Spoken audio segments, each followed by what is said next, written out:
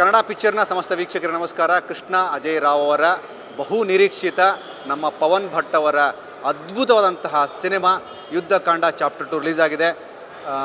ಅಂದುಕೊಂಡದಕ್ಕಿಂತಲೂ ದೊಡ್ಡ ಮಟ್ಟದ response. Cinema ನೋಡಿದಂತಹ ಬಹುತೇಕ ಹೆಣ್ಣು ಮಕ್ಕಳ ಕಣ್ಣಲ್ಲಿ ನೀರು. ನಮಗೆ ನ್ಯಾಯ ಸಿಗಬೇಕು ಅಂತ ಯಾರಾದರೂ ಧ್ವನಿ ಎತ್ತಿದ್ರಲ್ಲ ಅವರೆಲ್ಲರಿಗೂ ಒಂದು ದೊಡ್ಡ ಭರವಸೆ. ಪವನ್ ಆ್ಯಕ್ಚುಲಿ ತುಂಬ ಕನ್ವಿಕ್ಷನ್ ಆಗಿರುವಂತಹ ಒಂದು ಕ್ಲೈಮ್ಯಾಕ್ಸು. ನಿಮ್ಮ ರೈಟಿಂಗ್ ಸಖತ್ತಾಗಿದೆ. ಮೊದಲನೇ ಸಿನಿಮಾ ಅದು ತುಂಬ ಫ್ಯಾಷನಾಗಿ ಮಾಡಿದ್ರಿ, ಇದು ತುಂಬ ಇಂಟೆನ್ಸನ್ನಾಗಿ ಮಾಡಿದ್ದೀರಾ. ಆ ರೆಸ್ಪಾನ್ಸ್ ನೋಡಿದಾಗ ಹೇಗೆ ಫೀಲ್ ಆಯಿತು? ಇಲ್ಲ, ನಮ್ಮ ತಂಡವೂ ಸೇರಿದಂತೆ ಥಿಯೇಟ್ರಲ್ಲಿರೋ ಎಲ್ಲರ ಕಣ್ಣಂಚಲ್ಲೂ ನೀರಿತ್ತು. ಸೊ ಏನು ಹೇಳಬೇಕು ನನಗೂ ಗೊತ್ತಾಗ್ತಿಲ್ಲ. It's A team effort. ನನ್ನ ಟೀಮಿಗೆ ಮೊದಲು ಥ್ಯಾಂಕ್ ಮಾಡ್ತೀನಿ. ಎಸ್, ಆ ಇಂಟೆನ್ಸಿಟಿ ಬೇಕು ಅಂತಲೇ ಸಿನಿಮಾ ಮಾಡಿರೋದು ಸರ್. ಯಾಕಂದರೆ ಈ ಮೆಸೇಜ್ನ ಹಗುರವಾಗಿ ತಲುಪ್ಸೋಕ್ಕಾಗಲ್ಲ. ತುಂಬ ದೊಡ್ಡ ಮೆಸೇಜ್ ಇದು. ಇದನ್ನು ಎಷ್ಟು ನಾವು ಚೆನ್ನಾಗಿ ತಲುಪಿಸ್ತೀವೋ ಅಷ್ಟು ಮೇಲುವರೆಗೆ ಇದು ತಲುಪ್ತಾ ಹೋಗುತ್ತೆ. ನಮ್ಮಿಂದ ಏನೋ ಒಂದು ಕೊನೆಯಲ್ಲಿ ರಾಷ್ಟ್ರಪತಿಗಳಿಗೆ ಬರೆದಂತಹ ಪತ್ರದಲ್ಲಿ ಹೇಳ್ದಂಗೆ ಇದರಿಂದ ಏನೋ ಒಂದು ಸಣ್ಣ ಇಂಪ್ಯಾಕ್ಟ್ ಆದ್ರೂ ಅದಕ್ಕೆ ನಾವು ಥ್ಯಾಂಕ್ಫುಲ್ ಆಗಿರ್ತೀವಿ. ಸೊ ಅದರಿಂದ ಇಂಟೆನ್ಸ್ ಬೇಕು, ಅದು ಆಡಿಯನ್ಸ್ ಮನಸ್ಸನ್ನು ಮುಟ್ಟಬೇಕು ಅನ್ನೋ ಇಂಟೆನ್ಷನಲ್ಲೇ ಬರೆದಿರೋದು. ಮೇಲೆಗೆ ಅಜಯ್ ರಾವ್ ಅವರ ಒಂದು ಕ್ಲೈಮ್ಯಾಕ್ಸ್, ಆ ಪರ್ಫಾರ್ಮೆನ್ಸ್ ಇದೆಯಲ್ಲ, ಅದು ಸಖತ್ ಹೈ ಪಿಚ್ ಇರುವಂತಹ ಒಂದು ಡೈಲಾಗ್ಗಳು. ಈ ರೈಟಿಂಗಲ್ಲೇ ಅರ್ಧ ಗೆದ್ದಿದ್ರಿ ಅಂತ ನನಗನ್ನಿಸ್ತಿದೆ. ಮೇಲಾಗ ಅದು ಅಲ್ಲಿ ಪ್ರೂವ್ ಕೂಡ ಆಯ್ತದು. ಗೊತ್ತಿಲ್ಲ ಸರ್, ಅದು ನೀವೇ ಹೇಳಬೇಕು. ಬಟ್ ರೈಟಿಂಗ್ ಎಸ್, ತುಂಬ ಪ್ರಾಮಾಣಿಕವಾಗಿ ಯಾವುದೋ ಒಂದು ಪಾತ್ರನ ಹೈಲೈಟ್ ಮಾಡಬೇಕು, ಇದನ್ನು ಕೆಳಗೆ ಮಾಡಬೇಕು, ಹೀರೋ ಈ ರೀತಿ ಕ್ಯಾಲ್ಕುಲೇಷನ್ ಮಾಡಿ ಬರೆದಂತಹ ಸ್ಕ್ರಿಪ್ಟ್ ಅಲ್ಲ. ತುಂಬ ಮನಸ್ಸಿನಿಂದ ಸ್ಟೋರಿಗೆ ಎಲ್ಲರೂ ಕೆಲಸ ಮಾಡ್ತೀವಿ ಹೊರತು ನಮಗೆ ಸ್ಟೋರಿನ ದುಡಿಸ್ಕೊಳ್ಳಿಲ್ಲ. ಆದ್ದರಿಂದ ಬೇಡದೇ ಇರೋ, ನೀವೇ ನೋಡಿದ್ದೀರ ಸಿನಿಮಾನ, ನೋ ನಾನ್ಸೆನ್ಸ್ ಸಿನಿಮಾ. ಏನೂ ಒಂದು ಸಪ್ರೇಟ್ ಕಾಮಿಡಿ ಟ್ರ್ಯಾಕ್ ಇರ್ಬೋದು, ಈ ಥರದ್ದು ಏನೂ ಇಲ್ಲ. ಯಾಕಂದ್ರೆ ನಮ್ಗೆ ಆ ಥರ ಅನಿಸ್ಲೂ ಇಲ್ಲ, ಆ ಡಿಸ್ಕಷನ್ನೂ ಬಂದಿಲ್ಲ ನಮ್ಮ ಟೇಬಲ್ ಮೇಲೆ. ಯಾಕಂದರೆ ತುಂಬ ಪ್ರಾಮಾಣಿಕವಾಗಿ ಬರೆದಾಗ ಏನಾಗುತ್ತೆ, ಅದು ಖಂಡಿತ ಆ ಪ್ರಾಮಾಣಿಕತನ ದಾಟುತ್ತೆ ಆಡಿಯನ್ಸ್ಗೆ. ಅದು ಇವತ್ತು ಆಗಿದೆ ಅನ್ನೋದು ನನ್ನ ಭಾವನೆ. ಮಿಕ್ಕಿದ್ದು ಆಡಿಯನ್ಸೇ ಹೇಳಬೇಕಷ್ಟೆ. ಮೊನ್ನೆ ರವಿ ಸರ್ ಸ್ಟೇಜ್ ಮೇಲೆ ಬಂದು ನಿಮ್ಮ ಬಗ್ಗೆ, ಅಜಯ್ ರಾವ್ ಅವ್ರ ಬಗ್ಗೆ, ಎಲ್ಲರ ಬಗ್ಗೆ ಹೇಳುವಾಗ ಇವ್ರು ಯಾರೂ ಮಾತಾಡುವಾಗ ತೊದಲಿಲ್ಲ ಅಂದರು. ಆ ತೊದಲಿಲ್ಲ ಅನ್ನುವಂಥದ್ದು ದೊಡ್ಡ ಸಂದೇಶ ಕೊಡುತ್ತೆ. ಅಂದರೆ ಅಷ್ಟು ಕ್ಲಿಯರ್ ಆಗಿದ್ದಾರೆ, ಅಷ್ಟು ಬ್ರಿಲಿಯಂಟಾಗಿ ಕೆಲಸ ಮಾಡಿದ್ದಾರೆ ಅನ್ನುವಂಥದ್ದು. ಅದಕ್ಕೆ ಆ ಟೈಮಲ್ಲಿ ನೀವು ಹೇಗೆ ಕನೆಕ್ಟ್ ಆದ್ರಿ?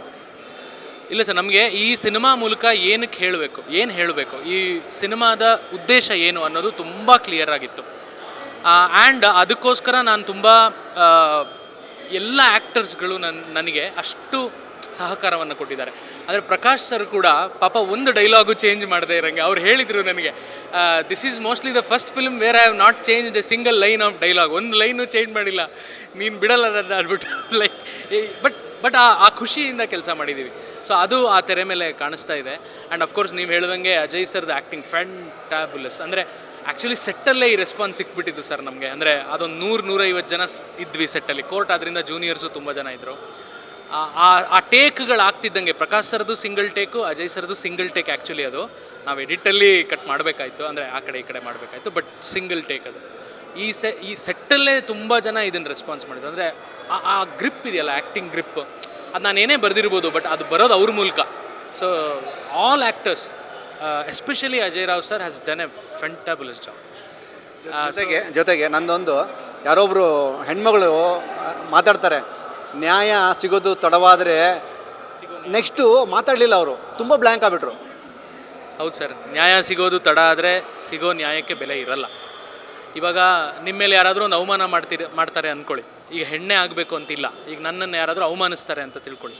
ಒಂದು ಡಿಫಮೇಷನ್ ಕೇಸ್ ಹಾಕಿದ್ರೂ ಅದು 2 ವರ್ಷ ಹೋಗುತ್ತೆ ನಮ್ಮ ದೇಶದಲ್ಲಿ.